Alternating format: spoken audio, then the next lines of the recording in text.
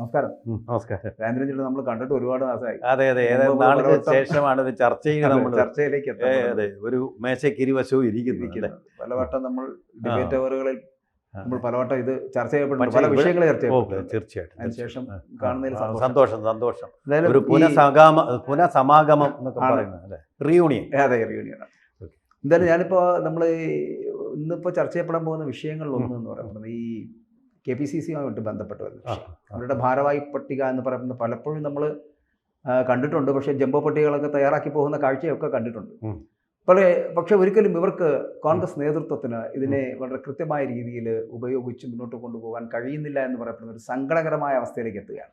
കാരണം ഇപ്പോൾ പോലും ഈ KPCCയുടെ ഭാരവാഹി പട്ടിക കേന്ദ്രത്തിന് കൈമാറി കഴിഞ്ഞു. പക്ഷേ അതൊരു ഉടൻ തന്നെ എന്തായാലും സെക്രട്ടറിമാരടക്കമുള്ളവർ ഉടൻ ഉണ്ടാവില്ല എന്നുള്ള തീരുമാനമാണ് ഇപ്പോൾ വന്നിരിക്കുന്നത്. കാരണം ഇനിയിപ്പോൾ തദ്ദേശ സ്വയംഭരണ തെരഞ്ഞെടുപ്പ് വരുന്നു, നിയമസഭാ തെരഞ്ഞെടുപ്പ് വരുന്നു. ഇങ്ങനെയൊക്കെയുള്ള ഒരവസ്ഥയിൽ ഈ സെക്രട്ടറിമാരെയൊക്കെ നിയമിച്ചു കഴിഞ്ഞാൽ തന്നെ സ്വാഭാവികമായിട്ടും ഉണ്ടാകുന്ന ഒരു പ്രക്രിയ എന്ന് പറയപ്പെടുന്നത് അതിനകത്തുള്ള തമ്മിൽ തന്നെയാണ്. ഈ കോൺഗ്രസ് എന്ന് പറയപ്പെടുന്നത് കഴിഞ്ഞ 10 വർഷമായിട്ട് 10 വർഷം ആകാൻ പോകുന്നു LDF സർക്കാർ, അതായത് പിണറായി വിജയൻ സർക്കാർ ഭരിച്ചു തുടങ്ങിയിട്ട്. തുടർഭരണമെന്ന് പറയപ്പെടുന്നത് ചിലപ്പോൾ ഒരു വിദൂര സ്വപ്നമായിരുന്ന അവസ്ഥയിൽ നിന്ന് അത് നടപ്പിലാക്കുന്ന അവസ്ഥയിലേക്ക് എത്തിച്ചു പിണറായി വിജയൻ. അവിടെയാണ് കോൺഗ്രസ് ഇനി ഒരു തിരുത്തലിന് തയ്യാറാകേണ്ടത്. അതിന്റെ സമയം അതിക്രമിച്ചു എന്ന് താങ്കൾക്ക് തോന്നുന്നില്ലേ? എങ്ങനെയാണ് ഇതിനെ വിലയിരുത്തുന്നത്? KPCCയിൽ അല്ലെങ്കിൽ കോൺഗ്രസിന്റെ ഒരു മുഖം മാറ്റം വരേണ്ട സമയം അതിക്രമിച്ചില്ലേ? ഗോപൻ, അക്കാര്യത്തിൽ എനിക്ക് തോന്നുന്നത് തീരുമാനങ്ങൾ എടുക്കാൻ ഉരുക്കുമുഷ്ടിയുള്ള, നിശ്ചയദാർഢ്യമുള്ള, വിൽ പവർ ഉള്ള ഒരു നേതാവ് വേണം. ഞങ്ങൾ കഴിഞ്ഞ ദിവസം അത് ചർച്ച ചെയ്തേ ഉള്ളൂ.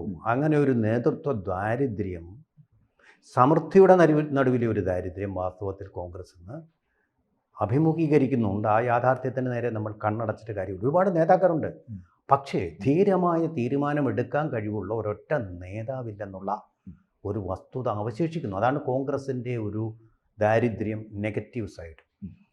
നേരത്തെ പഠിക്കൽ കൊണ്ടിട്ട് കുടമുട്ടയ്ക്കുന്ന ഒരു സ്വഭാവത്തിലേക്ക് കോൺഗ്രസ് എപ്പോഴും വേണ്ടി നീജർക്കായിട്ടുള്ള റിയാക്ഷൻസ് കൊണ്ട് എന്തെടുക്കണം, എന്തും പേടിച്ച് തീരുമാനം എടുക്കും. അങ്ങനെ പേടിച്ച് നമ്മൾ എടുക്കുന്ന ഓരോ തീരുമാനങ്ങളും നമ്മളുടെ ശവപേടകങ്ങളായിട്ട് മാറും.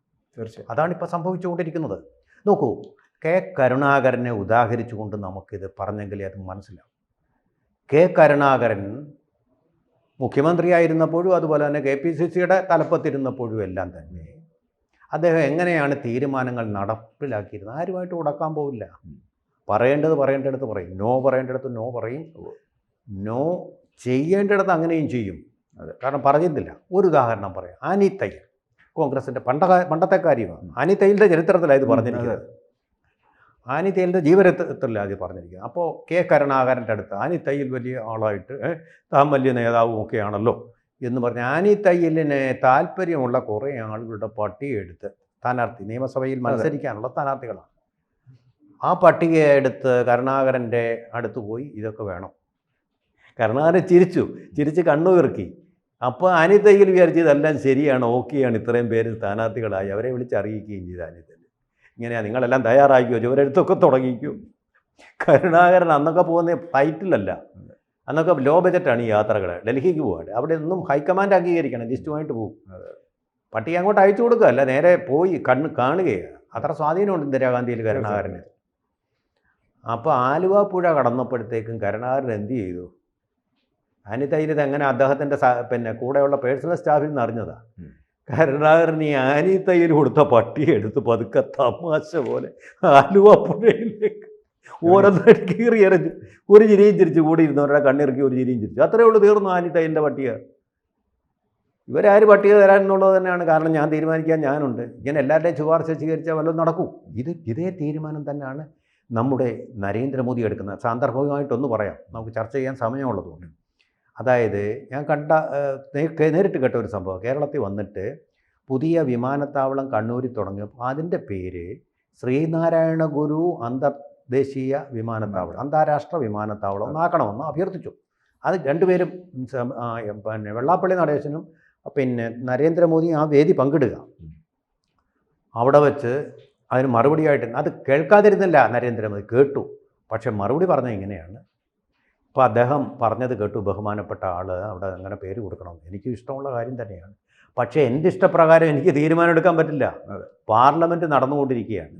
പാർലമെൻറ്റ് അറിയാതെ ദേശീയ പ്രാധാന്യമുള്ള ഒരു തീരുമാനം നമ്മളിങ്ങനെ എടുത്തു കഴിഞ്ഞാൽ പാർലമെൻറ്റിലുള്ളവർ ജനാധിപത്യത്തിൻ്റെ ആ പ്രക്രിയ പ്രകാരം എന്നെ വിചാരണ ചെയ്യും. അതുകൊണ്ട് ഞാനത് പരിഗണിക്കാം, പക്ഷേ എല്ലാവരുടെയും കൂടി ഒരു സമവായത്തിലെത്തിയ ശേഷമാകാം. ഇന്നുവരെ വിമാനത്താവളത്തിന് ആ പേര് കൊടുത്തിട്ടില്ല. അങ്ങനെ ആളുകളൊക്കെ ഓരോ യോഗത്തിൽ പറയുന്നത് വെച്ച് പോപ്പുലസ്റ്റ് ആക്കാൻ നോക്കിക്കഴിഞ്ഞാൽ നമ്മൾ എവിടെയും എത്തുകയില്ല. കോൺഗ്രസ്സിൽ സംഭവിച്ചുകൊണ്ടിരിക്കുന്ന ഇതാ എന്താണെന്നറിയാം. കാരണം തുറന്നു പറയാം, നമ്മൾ പച്ചയായിട്ടുള്ള ചർച്ച നടത്തുന്നത്, അല്ല നമ്മൾ ഒളിപ്പിച്ച് വെച്ച് ഹിപ്രോക്രസിയും ഡിപ്ലോമാറ്റിക് ആയിട്ടുള്ള ആളുകൾക്ക് മനസ്സിലാക്കാത്ത വാക്കുകൾ പറഞ്ഞിട്ട് കാര്യമില്ല. ഇപ്പോൾ നോക്കൂ, തെരഞ്ഞെടുപ്പ്, നിലമ്പൂർ തെരഞ്ഞെടുപ്പിന് തൊട്ട് മുമ്പ് കഷ്ടിച്ചാണ് അവരൊരു അപകടത്തിൽ നിന്ന് രക്ഷപ്പെട്ടത്. അതിന് തൊട്ട് മുമ്പ് ആരാടെ കഴുത്താ വെട്ടിയത്? കെ സുധാകരൻ്റെ കഴുത്തങ്ങ് വെട്ടി. വല്ല കാര്യം ആരെങ്കിലും ചെയ്യുന്നൊരു പാതകമാണോ? എന്താ കാര്യം? പച്ചയായിട്ട് കാര്യം അങ്ങ് പറയും, വേറെ ഒരു കാര്യമില്ല. അദ്ദേഹത്തിൻ്റെ അസുഖം അതൊക്കെ നേരത്തെ ഉള്ളപ്പോൾ തന്നെ ആണല്ലോ അദ്ദേഹത്തെ KPCC പ്രസിഡൻ്റാക്കിയത്, സെമി കേഡറാക്കാനും ശ്രമിച്ചത്. അതൊക്കെ ആ വസ്തുതകൾ അതുപോലെ തന്നെ ഇരിക്കുന്നേ ഉള്ളൂ. പെട്ടെന്നൊരു മാറ്റമൊന്നും വന്നിട്ടില്ല, സ്ഥിതിഗതികൾ വഷളായിട്ടില്ല അദ്ദേഹത്തിൻ്റെ ആരോഗ്യത്തെ സംബന്ധിച്ച്. കാരണം എന്തെന്ന് വെച്ചാൽ VD സതീശനുമായിട്ടൊരു വേദി പങ്കിട്ടപ്പോൾ VD സതീശൻ നല്ല പോളിഷ്ഡായിട്ടുള്ള ഭാഷയിൽ സംസാരിക്കുന്ന ആളാണല്ലോ. ആർക്കിപ്പലോഗോയൊക്കെ വായിക്കുന്ന ആൾ, നിയമസഭയിൽ പറഞ്ഞ് അതിലെ വാക്കുകളൊക്കെയാണ് പുള്ളി ഉപയോഗിക്കുന്നത്. കെ സുധാകരൻ അങ്ങനെയല്ല, ഗ്രാമ്യമായ ഭാഷ ഉപയോഗിക്കും, മണ്ണിൻ്റെ മണമുള്ള ഭാഷ ഉപയോഗിക്കും. അപ്പം VD സതീശൻ വരാൻ അല്പം വൈകി, വേദി സമയം ആളുകളെല്ലാം വന്ന് വെയിറ്റ് ചെയ്യുക. അപ്പോൾ ഒരു നേതാവിൻ്റെ അഭാവം മൂലം ആളുകൾ വെയിറ്റ് ചെയ്യേണ്ടി എന്ന് പറഞ്ഞാൽ സുധാകരൻ തീരെ ഇഷ്ടമല്ല. കാരണം ആളുകളുടെ പക്ഷത്ത് നിൽക്കുന്ന ആളാണ്.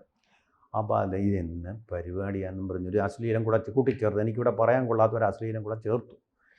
ഇത് VD സതീശൻ കേട്ടില്ല, പക്ഷേ പാരകളുണ്ടല്ലോ പാർട്ടിയിൽ, ഇവർ ഇങ്ങനെ പറഞ്ഞു, നമ്മളത് വലിയ ഇഷ്യൂ ആക്കണം, ഇയാളെ വെച്ചുകൊണ്ടിരിക്കുന്നത്. അങ്ങ് പ്രതിപക്ഷ നേതാവല്ലേ, അങ്ങ് UDFൻ്റെ ചെയർമാനല്ലേ അങ്ങനെ ഇങ്ങനെ പറയുന്നു, ഇവൻ ആരിങ്ങനെ പറയാം എന്നും പറഞ്ഞ് കുത്തിത്തിരികെ കൊടുത്തു. VD സതീശൻ വലിയ ഈഗോ ഉള്ള ആളാണ്. കേരളത്തിലെ രാഷ്ട്രീയത്തിലെ ഇവരുടെ പ്രശ്നത്തിന് വലിയൊരു കാര്യം ഇദ്ദേഹത്തിൻ്റെ ഇത്തിരി കൂടുതലുള്ള ആളാണ്. ഞാൻ ആർക്കിപ്പലോഗോ വായിച്ചെന്ന് പറഞ്ഞാൽ നിയമസഭയിൽ തർക്കിക്കുന്നത്. അല്ല, വായനാശീലം നല്ലതാണ്. വായനാശീലം നല്ലത്.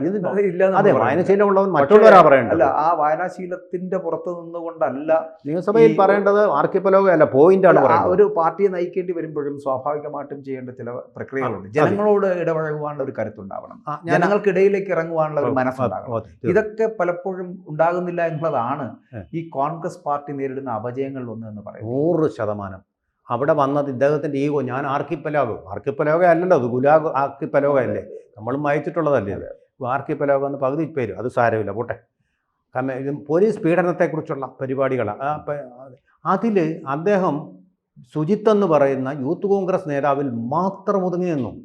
ഇതുപോലെ എത്ര കൊലപാതക പരമ്പരകളാണ്. പേരൂർക്കടയിൽ ഗോപനറിൽ നടന്ന ബിന്ദുവിൻ്റെ പീഡനം ഉൾപ്പെടെ അതൊക്കെ ഹൈലൈറ്റ് ചെയ്യാതെ, അതിൻ്റെയൊക്കെ ഒരു വികാരം ജനങ്ങളിലേക്ക് എത്തിക്കാതെ, അതുപോലെ തന്നെ ഇവിടെ ഉദയകുമാർ ഉരുട്ടിക്കൊല എത്ര ഹ്യൂമൻ ഇൻട്രസ്റ്റ് ഉള്ള ഒരു സ്റ്റോറിയാണത്.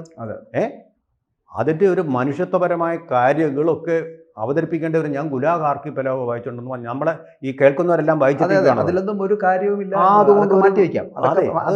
അത് മാറ്റി വെച്ചിട്ടാണ് പാർട്ടി എന്ന് പറയപ്പെടുന്ന പോയിന്റുകൾ വരേണ്ടത്. ഇതിന്റെ ഒരു ഭീകരത അവിടെ ചിത്രീകരിക്കുന്നത് അല്ല. ഇവിടെ ഇപ്പോൾ രാജേന്ദ്ര ചേട്ടൻ പറഞ്ഞു വെച്ചത് പോലൊരു കാര്യമുണ്ട്. ബിന്ദുവിന്റെ വിഷയമാകട്ടെ, ഉദയകുമാറിന്റെ ഉരുട്ടി കൊലപാതകമാകട്ടെ, അല്ലെങ്കിൽ മനുഷ്യൻ നേരിടുന്ന, ജനങ്ങൾ അഭിമുഖീകരിക്കുന്ന ഒട്ടനവധി പ്രശ്നങ്ങളുണ്ട്. ആ പ്രശ്നങ്ങളൊന്നും ഒരിക്കലും പ്രതിപക്ഷം ഇടപെടുന്നില്ല, അല്ലെങ്കിൽ ഇടപെടാനുള്ള സമയമില്ല. കാരണമായിട്ട് എനിക്ക് പലപ്പോഴും തോന്നിയിട്ടുള്ളത് ഇവരുടെ ഇടയിലുള്ള ഈ ഭിന്നിപ്പ് ഒരിക്കലും അവർക്ക് കൂട്ടിയോജിപ്പിച്ച് കൊണ്ടുപോകാൻ കഴിയാതെ വണ്ണം അവരകർന്നു കഴിഞ്ഞു. അല്ലെങ്കിൽ അങ്ങനെ ഒരു സംവിധാനം ഈ കോൺഗ്രസിനകത്ത് ഇല്ലാതാകും.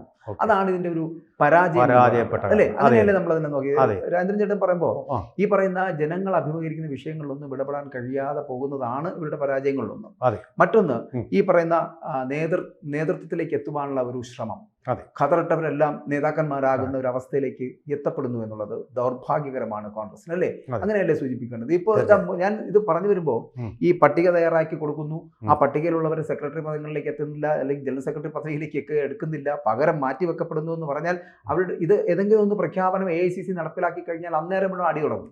അടി തുടങ്ങിയാൽ ഇപ്പോൾ ഈ പറയുന്ന തദ്ദേശ സ്വയംഭരണ സ്ഥാപനങ്ങൾ ലഭിച്ചുകൊണ്ടിരിക്കുന്ന മിനിമം വോട്ട് പോലും ലഭിക്കാൻ കഴിയാത്ത വണ്ണം തകർന്നു പോകും കോൺഗ്രസ് എന്നുള്ള കാര്യത്തിൽ തകരുകയല്ല, ഇനി നേരത്തെ തകർന്ന് തരിപ്പണമാവും. അതെ, നേരത്തെ താങ്കൾ സൂചിപ്പിച്ച പോലെ സുധാകരനുമായി ബന്ധപ്പെട്ട് വരുന്നു. കെ സുധാകരനെ മാറ്റി പുതിയൊരാളെ കൊണ്ടുവരുമ്പോൾ ഒന്നുകിൽ കെ സുധാകരനെ പോലെ ആയിരിക്കണം, അല്ലെങ്കിൽ കെ സുധാകരന് മുകളിലായിരിക്കണം. ഇത് രണ്ടുമല്ലാത്ത ഒരാളെ കൊണ്ടുവരികയും അല്ലേ, അത്തരത്തിലുള്ള ഫോട്ടോയിൽ പോലും കണ്ട ആളുകൾക്ക് പരിചയമില്ലാത്ത ഒരാളെ കൊണ്ടുവരികയും പാർട്ടി നയിക്കാനാണെങ്കിൽ ഇങ്ങനെയുള്ളവരല്ല വേണ്ടത്. ഇടയ്ക്ക് കാര്യം പറ, അദ്ദേഹത്തിന്റെ കഴിവുകേട് കൊണ്ട് കൂടിയാണ് ഈ പട്ടിക നടപ്പാക്കാൻ പറ്റാതെ വന്നിട്ടുള്ളത്.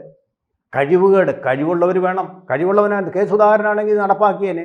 എതിർപ്പ് വരും, എതിർപ്പുള്ളവരെ നമ്മൾ തിരസ്കരിക്കണം. അതാണ് വേണ്ടത്. ഇപ്പോൾ നോക്കൂ, വേറൊരു പ്രധാനപ്പെട്ട ഇഷ്യൂ രാഹുൽ മാങ്കൂട്ടത്തിൻ്റെ ഇഷ്യൂ ആണ്.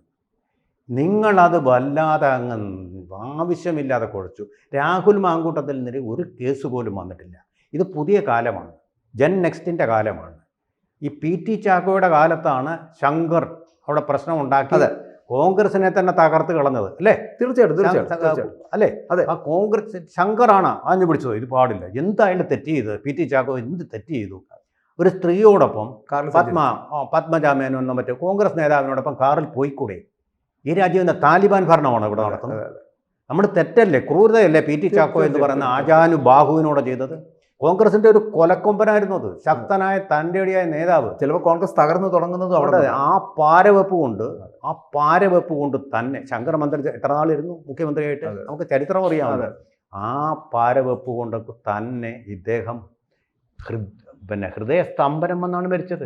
ഇത്രയും ചങ്കൂറ്റമുള്ള ഒരു നേതാവിനെ അങ്ങനെ ശിക്ഷിക്കേണ്ട കാര്യം ഉണ്ടായിരുന്നു. അത് തിരുത്തേണ്ടതിന് പകരം രാഹുൽ മാങ്കൂട്ടത്തിന്റെ വിഷയം വന്നപ്പോൾ തീർച്ചയായിട്ടും ആ വിഷയത്തിലേക്ക് വരുമ്പോഴാണ് ഈ പറയുന്ന മൂന്നാമതൊരു സാധ്യതയിലേക്ക് LDF എത്തുന്നു. LDFന് വേണമെങ്കിൽ എത്തിയേക്കാം, തിരിച്ച് ഒരു ഭരണത്തിലേക്ക് എത്തിയാം. അത് പിണറായി വിജയൻ നയിച്ചാലും നയിച്ചില്ലെങ്കിലും LDFന് ഭരണം ലഭിക്കുവാനുള്ള സാധ്യത വളരെ കൂടുതലാണ് ഇപ്പോഴത്തെ അവസ്ഥയിൽ. അവിടെയാണ് താങ്കൾ ഈ പറഞ്ഞ രാഹുൽ മാങ്കൂട്ടത്തിൽ വിഷയത്തിന് ഇത്രത്തോളം ഗതികെട്ട ഒരു അവസ്ഥയിലേക്ക് കോൺഗ്രസ് തന്നെ കൊണ്ടുപോയത്. എന്നാൽ അവിടെ CPM പോലും മാറി നിൽക്കുന്ന, അല്ലെങ്കിൽ BJP പോലും മാറി നിൽക്കുന്ന ഒരു സാഹചര്യത്തിലാണ് കോൺഗ്രസ് എന്ന് പറയപ്പെടുന്ന അതേ പാർട്ടിയിലുള്ള വ്യക്തിയെ പുറത്താക്കുവാൻ കാണിച്ച ഇത്രയും വലിയ പ്രയോഗങ്ങളൊക്കെ നടത്തിയത്. അതിൻ്റെ ആവശ്യമുണ്ടായിരുന്നു. ശരിയാണ്, ചിലപ്പോൾ രാഹുൽ ഗാന്ധി നയിച്ച ചില പരിപാടികളുണ്ടായിരുന്നു. അതുമായിട്ട് ബന്ധപ്പെട്ട് വരുമ്പോൾ ബീഹാറിലേക്കൊക്കെ നയിച്ച പരിപാടികളുണ്ടാകും. മാത്രമല്ല ഈ വോട്ട് ചോർച്ചയുമായി ബന്ധപ്പെട്ട് വരുന്ന വിഷയങ്ങളിലൊക്കെ രാഹുൽ ഗാന്ധി സ്വീകരിച്ചൊരു നിലപാടൊക്കെ പെട്ടെന്ന് ഒരു മതിപ്പുളവാക്കുന്ന തരത്തിലേക്ക് എത്തി. മാത്രമല്ല അൻവറിനെതിരെ, നിലമ്പൂരിലെ വിഷയവുമായിട്ട് ബന്ധപ്പെട്ട് അൻവറിനെതിരെ സതീശൻ സ്വീകരിച്ച നിലപാടുകളൊക്കെ ജനം അംഗീകരിക്കുന്ന തരത്തിലേക്ക് എത്തുന്ന ഒരു സ്ഥിതിവിശേഷവും ഉണ്ടായി. കാരണം നിലമ്പൂരിൽ വിജയത്തോടു കൂടി അങ്ങനെ കോൺഗ്രസിന് ചിലപ്പോൾ ഒരു ചെറിയ ഒരു അവർക്ക് ലഭിക്കാവുന്ന ഒരു മേൽക്കൈ അതിൽ ലഭിക്കുന്ന സാഹചര്യത്തിലായിരുന്നു രാഹുൽ മാങ്കൂട്ടൽ വിഷയം. ആ വിഷയത്തോടു കൂടി കോൺഗ്രസ് അടപടലം ഇല്ലാതാകുന്ന ഒരു അവസ്ഥയിലേക്ക് കൊണ്ടെത്തിച്ചത് മറ്റൊരു പാർട്ടിക്കാരുമല്ല, അവിടെ കോൺഗ്രസ് തന്നെയാണ് അത് കൊണ്ടെത്തിച്ചത്. അതല്ലായിരുന്നുവെങ്കിൽ അത് എനിക്ക് തോന്നുന്നു കോൺഗ്രസ്സുകാർ കണ്ടുപിടിക്കേണ്ടത് കമ്മ്യൂണിസ്റ്റുകാരെയാണ്, CPM-നെയാണ്. കാരണം CPM-നുള്ള ഇത്തരത്തിലുള്ള വിഷയങ്ങൾ വരുമ്പോൾ CPM അതിനെ മൈൻഡ് ചെയ്യാറില്ല. ഒറ്റക്കെട്ടായിട്ട് നിന്നുകൊണ്ട് അതിനെ എതിർക്കുന്ന ഒരു സമീപനമാണ് സ്വീകരിക്കുന്നത്. ഇത് സ്വന്തം പാർട്ടിയിലുള്ളവർ തന്നെ പുതികാല് വെട്ടുന്ന ഒരു അവസ്ഥയിലേക്ക് എത്തപ്പെടുന്നത്. ഇത് തന്നെയാണ് ഈ പാർട്ടി ഇല്ലാതാകുന്നതിനും കോൺഗ്രസ് എന്ന് പറയപ്പെടുന്ന പ്രസ്ഥാനം ഇവിടെ എനിക്ക് തോന്നുന്നു അടപടലം ഇല്ലാതാകാൻ പോകുന്ന ഒരു സാഹചര്യത്തിലേക്ക് പോകുന്ന കാഴ്ച നമ്മൾ കാണേണ്ടി വരുന്ന ഗതികളിലേക്ക് എത്തുന്നത് ഇതുകൊണ്ടാണ് നമുക്ക് വിശ്വസിക്കേണ്ടി വരുന്നില്ലേ? തീർച്ചയായിട്ടും അതെ. ഇപ്പൊ ഇത് നല്ല അവർക്ക് അനുകൂലമായിട്ട് എടുക്കായിരുന്നു ഗോപ. ഇത് വലിയ ബുദ്ധിയൊന്നും വേണ്ട. അതെ, ഇപ്പോൾ നമ്മുടെ സമയം അവസാനിക്കുകയാണെങ്കിലും പറയുന്നു, അവർ ചെയ്യേണ്ടിയിരുന്നത് ശരി, രാഹുൽ ഒന്നുകിൽ രണ്ട് കാര്യങ്ങൾ ചെയ്യാം. ഒന്ന് ഈ ആശാന്റെ നെഞ്ചാറ്റ്, അല്ലെങ്കിൽ കളരിക്ക് പുറത്ത്. ഒന്നാമത്തെ ഓപ്ഷൻ രാഹുൽ മാങ്കൂട്ടത്തിനോട് എല്ലാവരും കൂടെ ചേർന്ന് പറഞ്ഞ് ഹൈക്കമാൻഡിനെ നിർബന്ധിച്ച് KPCC പ്രസിഡന്റ് സുധാകരനെ രാജിവെപ്പിച്ച പോലെ രാജിവെപ്പിച്ച് അങ്ങ് മാറ്റി നിർത്തുക. എന്നിട്ട് പ്രക്ഷോഭം അങ്ങോട്ട് തുടങ്ങണം. മുകേഷിന്റെ ഓഡിയോ ഇതുപോലെ പബ്ലിക് ഡൊമൈനിലുണ്ട്. അദ്ദേഹത്തിന്റെ ഭാര്യ തന്നെ പറഞ്ഞ കാര്യം, കേസും ഉള്ളതാണത്. കുറ്റപത്രം കിട്ടിയ ആളാണത്. നിങ്ങൾ മുകേഷിനെ ഞങ്ങളിതാ മാറ്റി, ഞങ്ങൾ അഗ്നിശുദ്ധരായിരിക്കുന്നത്. ഇതിപ്പോൾ അതുകൊണ്ട് ഇപ്പോൾ ഒരു MLA പോയതുകൊണ്ട് ഒരു കുന്തവും സംഭവിക്കാനില്ല എന്ന് പറഞ്ഞിട്ട് അവർ പ്രക്ഷോഭം നടത്തണമായിരുന്നു. അത് നടത്തിയില്ല. ചുമ്മാ വാചമടിച്ചപ്പോൾ പത്രസമ്മേളനം നടത്തിയാൽ പോരാ. രണ്ടാമത്തെ ഓപ്ഷൻ ഞാൻ പറയാം. രണ്ടാമത്തെ ഓപ്ഷൻ രാഹുൽ മാങ്കൂട്ടത്തിനെ അവിടെ തന്നെ ഇരുത്തുക. പാലക്കാട്ട് ഞങ്ങൾ കൊണ്ടുപോകും. ആരാണ് തടയുന്നത്? ഞങ്ങളൊന്ന് കാണട്ടെ. അദ്ദേഹത്തിന് ഒരു പരാതിയില്ല. പരാതിയുള്ളവർ പരാതി കൊടുക്കട്ടെ. പരാതി കൊടുക്കുന്ന നിമിഷമായാലും ഞങ്ങളെ രാജിവെപ്പിക്കും. തീർച്ചയായിട്ടും ഈ ഒരു നിലപാടില്ല കോൺഗ്രസിന് ഇപ്പോൾ. ഇനി മേലെ നിയമസഭ വരും, ഇയാൾ എന്ത് തെറ്റാ ചെയ്ത്? പിന്നല്ലേ പബ്ലിക് ഡൊമൈനിൽ ഓഡിയോ കേട്ട് ഒരു കാര്യം ഇദ്ദേഹത്തിൻ്റെ അതാണ് ഓഡിയോ ആണെന്നിരിക്കട്ടെ. ഇദ്ദേഹം എന്താ പറഞ്ഞിരിക്കുന്നത്? മറ്റൊന്നുമല്ല, പെണ്ണിനെ പ്രീണിപ്പിക്കുകയോ അല്ലെങ്കിൽ വീട്ടിൽ വരണമെന്ന് പറയുകയാണോ ചെയ്തത്? ഇതെല്ലാം സംഭവിച്ചു അവരുടെ രണ്ടുപേരുടെയും സമ്മതത്തോടു കൂടി, പരസ്പര സമ്മതപ്രകാരം സംഭവിച്ചു കഴിഞ്ഞതിന് ശേഷം ഉണ്ടായ ഒരു രംഗമായി പറയുന്നത്. അതിനു മുമ്പ് ഒരു പരാതി ഉണ്ടായിട്ടില്ല, അതിനെക്കുറിച്ചൊരു പരാതി ഉണ്ടായിട്ടില്ല, ഉണ്ടോ? ഇല്ല. ഞാൻ പച്ചയായിട്ട് ചോദിക്കുകയാണ്. അപ്പോൾ ഈ സെക്സ് ഈക്വാലിറ്റി ഓഫ് ജെൻഡർ എന്ന് പറയുമ്പോൾ ഈക്വാലിറ്റി പുരുഷനും കിട്ടണം. അതുകൊണ്ട് അത് മാത്രം, അത് വേണ്ടേ? അത് ചിലപ്പോൾ ചിന്തിക്കേണ്ടിരുന്ന വി ഡി സതീശൻ അടക്കമുള്ളവരാണ്. മുകേഷിന്റെ കാര്യത്തിൽ അതുപോലെ അല്ലെ, മുകേഷും ശശിമാരും ഒക്കെ ഇവിടെ ഇതൊന്നുമില്ലാതെ മാറി നിൽക്കുമ്പോഴാണ് രാഹുൽ മാങ്കൂട്ടത്തിനെതിരെ ശക്തമായ നിലപാട് സ്വീകരിച്ചത്. പറയാൻ കാര്യം എന്തെന്നറിയും, നമ്മുടെ LDFന്റെ വിജയത്തെ തടയുന്ന വലിയൊരു ഫാക്ടറായിരുന്നു രാഹുൽ മാങ്കൂട്ടത്തിൽ കൂടി ചേർന്ന, ലീഡ് ചെയ്യുന്നല്ല ഞാൻ പറഞ്ഞത്, ഒരു യൂത്ത് ബ്രിഗേഡ്. അതിന്റെ ഭാഗമായിരുന്നു വി ഡി സതീശൻ. അതിനെ തകർക്കുവാനുള്ള ശ്രമത്തിന്റെ ഭാഗം അതിന്റെ ആ ബ്രിഗേഡിന്റെ ഒരു കൈ ഇപ്പൊ വെട്ടിമാറ്റപ്പെട്ടു. തീർച്ചയായിട്ടും മനസ്സിലായി? തീർച്ചയായിട്ടും അതാണ് സംഭവിച്ചിരിക്കുന്നത്. കോൺഗ്രസ് അത്രയും കൂടെ അംഗഭംഗം സംഭവിച്ചിരിക്കുന്നു. സുധാകരൻ പോയപ്പോൾ ഒരു കൈ പോയി, ഇല്ലാത്തപ്പോൾ മറ്റേ കൈയും കൂടെ പോയി. അങ്ങനെ ഒരു കോൺഗ്രസ് ആണ് യുദ്ധത്തിൽ സർവശക്തനായിട്ട് വന്നിരുന്ന, പടയാളിയായിട്ട് വരുന്ന, കമാൻഡറായിട്ട് വരുന്ന അയ്യപ്പ സംഗമവും മാതാ അമൃതാനന്ദമതി ആശ്ലേഷവും ഇനി മോഹൻലാൽ ആദരവും കൂടി അത് മുഴുവൻ മുതലാക്കിക്കൊണ്ട് വരുന്ന ലാൽ സലാം അടക്കം. ലാൽ സലാം അടക്കം. അത് വേറൊരു വിഷയമാണ്. ലാൽ സലാം പരിഹാസ്യമാണ് ആ പേര്, അത് പോട്ടെ, നമുക്ക് സമയമില്ല. അപ്പം ഇങ്ങനെ വരുന്ന സർവശക്തനായിട്ട് പടച്ചട്ട അണിഞ്ഞു വരുന്ന കമാൻഡറെ നേരിടാൻ രണ്ട് കൈയും ഇല്ലാത്ത ആളുകൾക്ക് എങ്ങനെ പറ്റും?